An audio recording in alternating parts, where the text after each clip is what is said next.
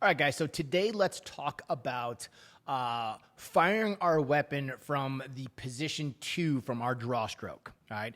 So if you don't understand what I mean by what position 2 of your draw stroke is, it's basically when you draw your weapon from the holster, you turn, and then your weapon is basically at hip level when you decide to pull the trigger and engage a bad guy. So I got a comment on one of my YouTube videos when I was explaining the draw stroke and when you're able to fire that weapon.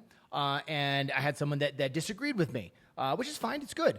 And he disagreed with firing your weapon from that position 2.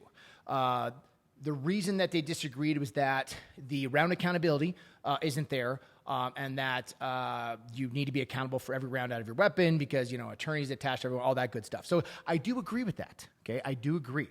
We do need to be accountable for every round that comes out of our weapon, but in a lot of civilian gunfights, the distance is very close up.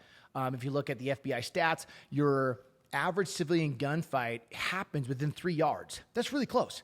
Where there may be cases where your hands may be on your attacker and have to draw your gun and fire. So I do agree there is a time and place for firing your weapon from that position too. All right.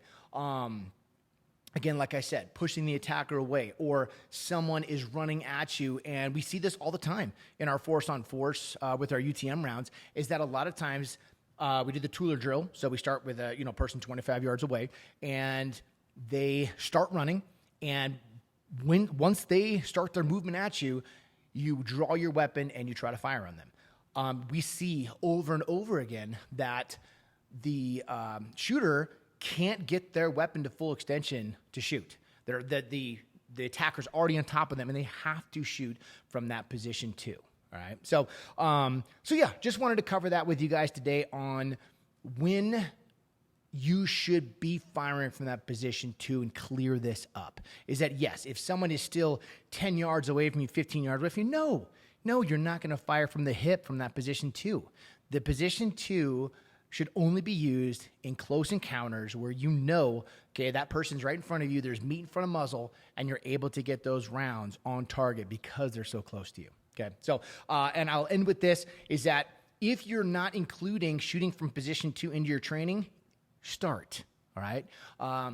We see that our students out here, a lot of times it's very uncomfortable, okay? If you're not used to shooting from position 2, it can be a little spooky, all right? Because you're like, I'm not used to firing with my gun next to my hip, okay? But practice it so that if you did have to use it on the street, that you've done it before, you felt what it feels like, and you're a little bit more comfortable with firing from that position.